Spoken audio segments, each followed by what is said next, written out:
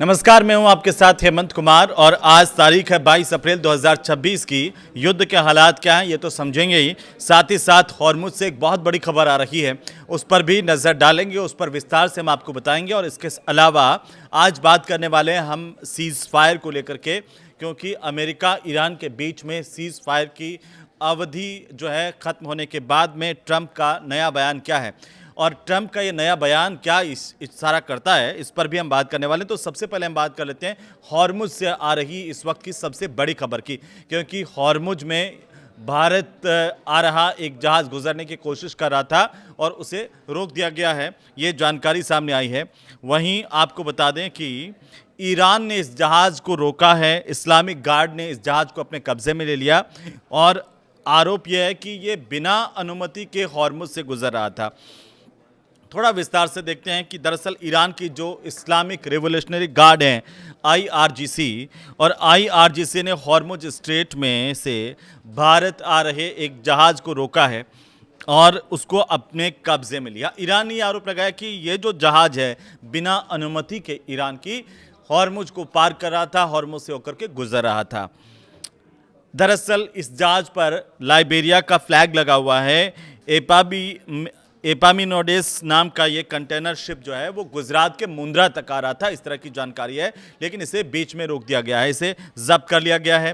ये ईरानी नौसेना ने दावा किया है कि ये जहाज़ जो है इस जहाज़ के नेविगेशन सिस्टम में छेड़छाड़ की गई थी और इससे समुद्री सुरक्षा को खतरा पैदा हो गया है। यह जब कार्रवाई की गई तब आईआरजीसी ने इस जहाज़ को इंटरसेप्ट किया और आईआरजीसी ने इसे इंटरसेप्ट करके अपने कब्जे में ले लिया। अभी इसकी जांच की जा रही है और इसे तट की तरफ लेकर के आईआरजीसी गई। और आपको बता दें कि इसके अलावा इजराइल से जुड़े जो फ्रांसिस्का नाम का एक दूसरा जहाज़ है उसको भी जब्त कर लिया गया है। ये दोनों ही जहाज भारत के नहीं हैं, लेकिन ये जो जहाज़ था, एक जहाज़ वो भारत के गुजरात के मुंद्रा तक आ रहा था, इसे जब्त किया गया। तो यहाँ भारत में भी चर्चाएं तेज़ी से उठने लगी और इस बात को लेकर चर्चा होने लगी कि ईरान ने इसे आखिर क्यों रोका। लेकिन ईरान की तरफ से ये साफ किया गया कि इसके नेविगेशन सिस्टम में कोई छेड़छाड़ की गई थी और इसकी वजह से समुद्री जो यातायात है उसमें बड़ा खतरा पैदा हो गया था, इसकी वजह से, जहाज़ की वजह से, इसलिए इसको कब्जे में लिया गया है और इसकी जांच की जा रही है। लेकिन आप देखिए कि इजराइल से जुड़ा हुआ फ्रांसिस्का नाम का दूसरा जो जहाज़ है उसको भी जब्त किया गया है ईरान की तरफ से, और इसके अलावा यूफोरिया नाम के जहाज़ पर भी हमला होने की जानकारी अभी अभी आ रही है।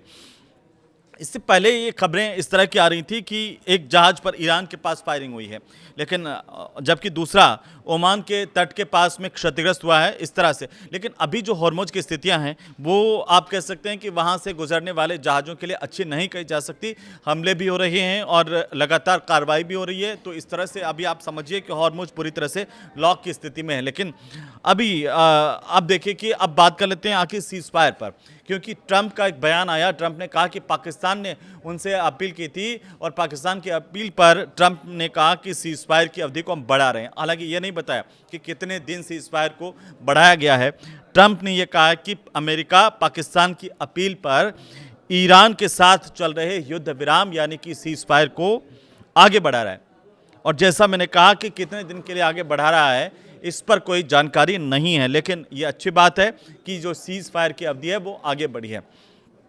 ट्रंप ने यह भी कहा कि ईरान में इस वक्त नेतृत्व और सरकार में एकजुटता नहीं है, और ऐसे वक्त में पाकिस्तान के जो प्रधानमंत्री हैं शहबाज शरीफ और आर्मी चीफ पाकिस्तान के आसिम मुनीर, दोनों ने उनसे ईरान पर कुछ समय तक हमलों को रोकने की अपील की थी, ये ट्रंप कह रहे हैं, और ताकि ईरान को साझा प्रस्ताव तैयार करने का वक्त मिल पाए, मौका मिल पाए। ईरान ने पहले ही हालांकि जिस तरीके से सीज़फायर की शर्तों का उल्लंघन का आरोप लगाया, उससे जो तेहरान है वो काफ़ी सख्त संदेश पहले ही दे चुका है, लेकिन ट्रंप के बयान बार बार इस पूरे मामले को लेकर के बदल रहे हैं। अब ये ट्रंप ये कह रहे हैं कि पाकिस्तान के कहने पर उन्होंने सीज़फायर को आगे बढ़ाया। इसके मायने क्या हैं? कई लोग ये इस बात को इस तरह से ले रहे हैं कि ट्रंप जो है वो अनावश्यक बयानबाजी कर रहे हैं इस पूरे मामले को लेकर के, कभी भी कुछ भी। क्योंकि इससे पहले उन्होंने क्या कहा था कि अगर ये जो शांति संधि है वो कामयाब नहीं हुई, ये पीस डील जो है अगर सक्सेस नहीं हुई तो ईरान का नक्शे से नाम हटा देंगे। फिर वो उन्होंने अपने बयान में फिर बदलाव किया। फिर उन्होंने कहा कि हम तो तैयारी कर रहे हैं इस दौरान और बारूद हमले करेंगे। तो ये एक अलग अलग तरह की जिस तरीके की बयानबाजी ट्रंप कर रहे हैं इस पूरे युद्ध के दौरान, सबने पूरी दुनिया ने देखा। उससे ट्रंप की जो छवि है वो उसको पलीदा लगा है, क्योंकि अब जो ट्रंप है वो पाकिस्तान को जिस तरीके से बड़ा चढ़ा करके पेश कर रहे हैं, आपको लगता है कि पाकिस्तान के कहने पर ट्रंप कहीं भी जो है वो सीज़फायर बढ़ा देंगे या फिर हमला कर देंगे? ऐसा नहीं है। लेकिन फिर भी ट्रंप का ये बयान जो है वो क्यों दिया गया, इसे लेकर कई लोग ट्रंप को मूर्ख तक कह चुके हैं। लेकिन हम आते हैं आगे की बात पर, क्योंकि ट्रंप ने ये कहा कि इस अपील को उन्होंने माना और अमेरिकी सेना को फिलहाल उन्होंने हमला रोकने का आदेश दिया है। हालांकि सेना को पूरी तरह से तैयार रहने के लिए भी कहा है और इस दौरान ईरान पर दबाव बनाए रखने के लिए नाकेबंदी जो है वो जारी रहेगी। लेकिन इस नाकाबंदी को लेकर के फ्रांस का बहुत बड़ा बयान आया है, इसे सही करार नहीं दिया है। अब ये तो साफ हो गया कि फ्रांस जो है कहीं ना कहीं अमेरिका के तरफ झुकाव में तो नहीं है, और फ्रांस ने क्या कुछ कहा है उस पर हम आगे और विस्तार से बात करेंगे। लेकिन ट्रंप ने ये जो कहा कि सीज फायर तब तक जारी रहने वाला है जब तक ईरान अपनी ओर से ठोस और एकजुट प्रस्ताव नहीं दे देता, और बातचीत जो पूरी ये पीस संधि की है वो पूरी नहीं हो जाती है, चाहे उसका नतीजा कुछ भी निकले। पिछले 24 घंटे के 5 बड़े अपडेट्स पर अगर दोस्तों नज़र डालें तो सबसे पहले ट्रंप की धमकी का जिक्र आता है। ट्रंप ने इस 24 घंटे में चेतावनी दी कि अगर पीस डील नहीं हुई तो अमेरिकी सेना जो है वो हमले के लिए पूरी तरह से तैयार है और आदेश मिलते ही कार्रवाई कर सकती है। उन्होंने कहा कि सीज फायर आगे नहीं बढ़ाएंगे, लेकिन हुआ क्या? हुआ ये उलट कि 24 घंटे में ट्रंप ने अगला बयान दे दिया और कहा कि हम सीज फायर पाकिस्तान के कहने पर आगे बढ़ा रहे हैं। दूसरी बड़ी बात यह हुई कि हॉर्मुज खुलवाने पर एक बैठक हुई है जिसमें यूके ने और फ्रांस के 30 देशों की जो बैठक है उसको बुलाने का फैसला किया गया और लंदन में ये बैठक होने वाली है। विस्तार से इस पर चर्चा होगी। वहीं एक और महत्वपूर्ण बात यह हुई है कि जेडी वेंस की पाकिस्तान की यात्रा फिलहाल के लिए टल गई है, इस तरह की खबरें आ रही है। अमेरिका के जो उपराष्ट्रपति हैं जेडी वेंस, उनकी पाकिस्तान की यात्रा टाल दी गई है। ईरान से बातचीत के लिए जो डेलीगेशन है वो पाकिस्तान भेजने से इनकार कर दिया और ईरान की तरफ से यह इनकार करने के बाद में फैसला किया गया कि जेडी वेंस पाकिस्तान नहीं जाएंगे। हूती विद्रोहियों को लेकर के भी एक बहुत बड़ी अपडेट है, वो यह है कि यमन के जो हूती विद्रोही हैं उन्होंने अब चेतावनी दी है कि जंग अभी ख़त्म नहीं हुई है और अमेरिका और ईरान के बीच बना सीज फायर कमज़ोर है और इसीलिए आगे बड़ा संघर्ष होना तय है।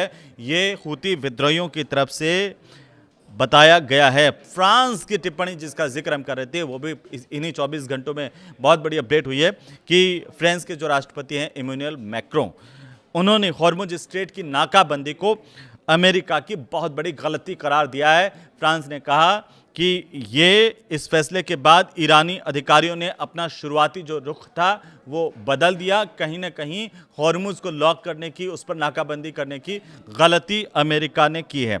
अब आप देखिए कि ये खबरें बीच में आ रही थी कि ईरान ने एक और जहाज पर हमला कर दिया। ईरान की IRGC ने 2 जहाज जब्त कर लिए। ये बात ठीक है कि जो जहाज अब और ज़्यादा सख्ती ईरान की तरफ से बढ़ा दी गई है हॉर्मुज पर। अगर कोई बिना अनुमति के जहाज गुजरने की कोशिश कर रहा है तो उस पर कार्रवाई भी हो रही है और ईरान उसे जब्त भी कर रहा है। लेकिन सबसे बड़ी बात यह है कि तनाव एक तरफ बढ़ता जा रहा है और ये तनाव जो है वो आखिर इस दुनिया को कहाँ लेकर के जाएगा, ये आप कमेंट में आज हमें बताएंगे। इस पर आप क्या सोचते हैं? बाकी कैसे वीडियो देखने के लिए हमारे साथ जुड़े रहिए। नमस्कार।